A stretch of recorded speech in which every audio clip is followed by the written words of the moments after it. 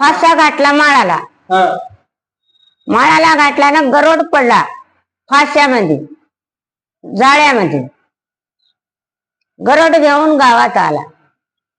तर जीवतानार काय म्हणती आणि राजश्री आणि आपल्या वाड्याला गरोड घेतल्या तर सौभाग्य. ते राजा काय म्हणला आता मोती पोळ्या दिसाऱ्यात सरून गेले कुठले घाल. घेतला गरोड. गरोड घेतला. त्याला रोज मोती पोळे दिले सरून मोती पोळे. आता मोती पोळे मोती सावकार होतात मोत्याचा व्यापारी. आता ते मोती पोळे आण ते बाप म्हणणारा मोती पोळे आण तिथले व्यापारी कोमटी निघाले मोती पोळ्याच्या व्यापाराला. ते राजश्री काय म्हणणार मी जात. गरुडाला त्या बाई पशी ठेवली आणि ते राजा व्यापारी संग गेला मोत्या पोळ्याचा व्यापार करा.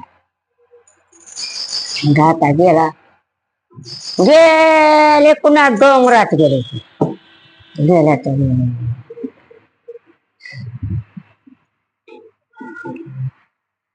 बाई काय म्हणती बापा माझा राजा जो कासता मला कलना कोंडा काहीतरी होत होत आणि तुला जेवण काय मिळलं पसरलं का त्या गरुडाला. म्हणला बाई तशी काय करू नको मी राजाला जाऊन आणतो. कसा आणतोस राजाही गेला तू बी गेला कसा कर. आता झोपेतून उठण्याच्या याद ना गेली भरारी मारली त्यानं त्याच्यावर. त्याच्या अंगावर शाल सुंचीने शाल काढली. पाठीवर डोळे बांधून बस म्हणला पाठीवर बसला. भरर आणून बाईच्या याला आणला बंगल्याला आणला. अंगून केला हातात मुद्रिका दिला एक दस्ती दिला. खरं वाटायचं नाही.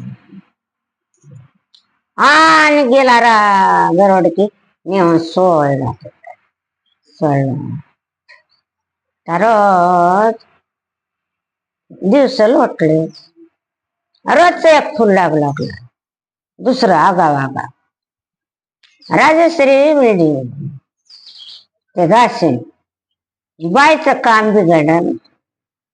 रोजच फुल लागाले. बर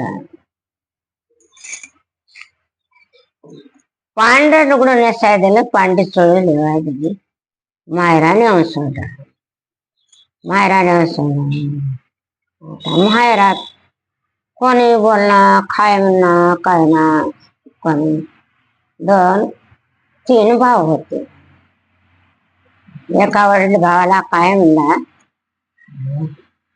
आणि आज ज्योतीला नेऊन डोंगरात आसूद आणून दाखवा हिला कापू. बाप म्हणला बर. तर ते लोक काय म्हणला बापूजी म्हणला मी गोट सांगतो ऐकता काय. तिचा जर काय वार आला तर काय सांगा म्हणला. राजानं पोसली म्हणला मैना पोसली. सैना घेऊन डोंगराने गेला मैनाला घेऊन संग. त्याला लागले म्हणला श्वास. प्रधानाला म्हणला की राजे आणि पाणी आणि पियाला. सावलीला थंड सावलीला सैना बसून प्रधान पाण्याला गेला. बळजावने गरोळ पडलाय. शाप पडलाय अजगर. त्याचा गरोळ खाली जलमा बनलाय. त्या जलम्यातलं पाणी झारे म्हणून भरलाय घेऊन आला. घेऊन आला. मैना उठली मांडीवरली, फार कोणी हांडी पंखाने ती झारी उघडून टाकली. म्हणजे तोंडातलं पाणी काढली म्हणून त्या राजानं धरला की भोंड्यावर तिला आपटीला. चल म्हणला, कुठलं पाणी होते माझा. गेला बघत गेले वरी, तर वळदावणी पडलंय वरून वरी, आणि त्याचं गरळ येऊन खाली चल मागा आणि या भरून आण. अरे बापा, आणि माझी मैना गेली. मैना त्याला भेटले नाही, त्यानं मैनाला भेटले नाही. तशी तिचा जर काही वाद आला तर काय सांगा. दुसऱ्या लोकाला म्हणला, जाय तू जाय रे. ते म्हणला, बापूजी म्हणला, मी एक गोष्ट सांगताय. बायनं पोचली म्हणला मुंगूस, आणि त्या बायचे लेकर खाऊ लागला. पाची फड्याचा भुजंग उतरायचा खायचा. ते लेकर पोचली म्हणला, आणि त्या मुंगसाला राखण ठेवून पाण्याला गेली म्हणला घागर घेऊन. ते बाई त्या दोरावून वजन उतरायला. त्या मुंगसानं काय केला, त्याला खाली उतरत घेऊन त्याचे खांड खांड करून पाण्याखाली टाकले. तिनं घागर घेऊन आली आणि चले चले मोरी चले, मी मारलो म्हणायचं. अरे बापा, यानं रगतानं तोंड भरलं याच. यानं लेकरू खाला का ते धरले की घागर त्याच्या डोसक्यावर टाकलं. ते मुंगूस गेला मरून. मरून गेलं ते. जाऊन बघत तर काय खाली उमळा केला, आणि लेकरू खेळाय पाणी. आता माय माझं लेकरू वाचलं. मुंगूस त्याला भेटली नाही तिला, आणि तिला मुंगूस भेटलं नाही. बापूजी काय वाद आला तर काय सांगा. त्या लोकांना तसं. दुसऱ्या लोकांना म्हणला, गेला घेऊन डोकरान वरचार दिवसाना दिवस वाढू लागले. गेला डोंगरामध्ये सोडला. डोंगरामध्ये कळवाटणीचा झाड होता. हिंडूला लढत त्या कळवाटणीनं घरला नेलं आणि ठेवलं त्याच्या बंगल्यामध्ये. बंगल्यात ठेवलं की बापाच्या घरला गेला. मायरा गेली.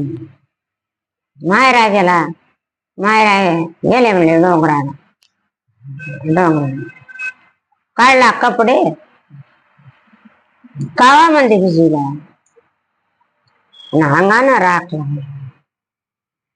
गोरख मच्छिंद्राचं वाजवायचं घेतलं. निघाला डोंगराने. गोरखनाथ मच्छिंद्रनाथ गोरखनाथ ज्योतिबाई कुठं असं करीत करीत गेला डोंगराने. त्या बाईच्या काना त्या बाई पुरसूत झाली, तिला पोरग झाली. गावातली बाय बाळातीन झाली, तिला पोरगी झाली. हिचं पोरग तिला ठेवलं, तिची पोरगी हिला ठेवली. आणि गरुडानं म्हणलं होतं की मोती पोळ्याचा पाऊस पडून राजा रतन घोक जोरात पोरग जन्म. रतन घोक पोरग झालं. गेला हारडाला डोंगराला. त्या बायला म्हणे, बाई त्या गोसाला बोलून घ्यायचं. बोलून घेतलं. दोघांची भेट केली. त्या गावा कळवाट नाही. गेले आंघोळला पाणी दिलं, जेवण दिलं. काय झालंय? पोरग झालं. पोरग नाही, पोरगी नाही म्हणला. पोरग आहे म्हणला. गावात कोणती बाळे बाळा झाली का? हो झाली. 7 फट झाला म्हणला. त्या बायला तिकून उभा करा, या बायला इथून.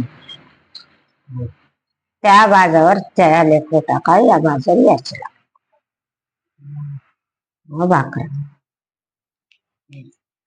ते लेकरं आणून 7 पडदा लावून तिकडल्या बाजूवर ते टाकले, इकडल्या बाजूवर पोरगी टाकले. इकडे पोरीस या बाईचं दूध त्या पोराच्या तोंडात ठेवलं आणि पोरीच्या बाईचं दूध त्या पोरीच्या तोंडात. जेव्हा म्हणलं बाळ, ते बाळ घेऊन येऊन कळवात नाही ना, त्या बाईची बळण, नवऱ्याची बळण, लेकराची बळण असले बिल्ले करून घालून त्यानं गावाला वाट लावून दिली. सरवून गेली बाप.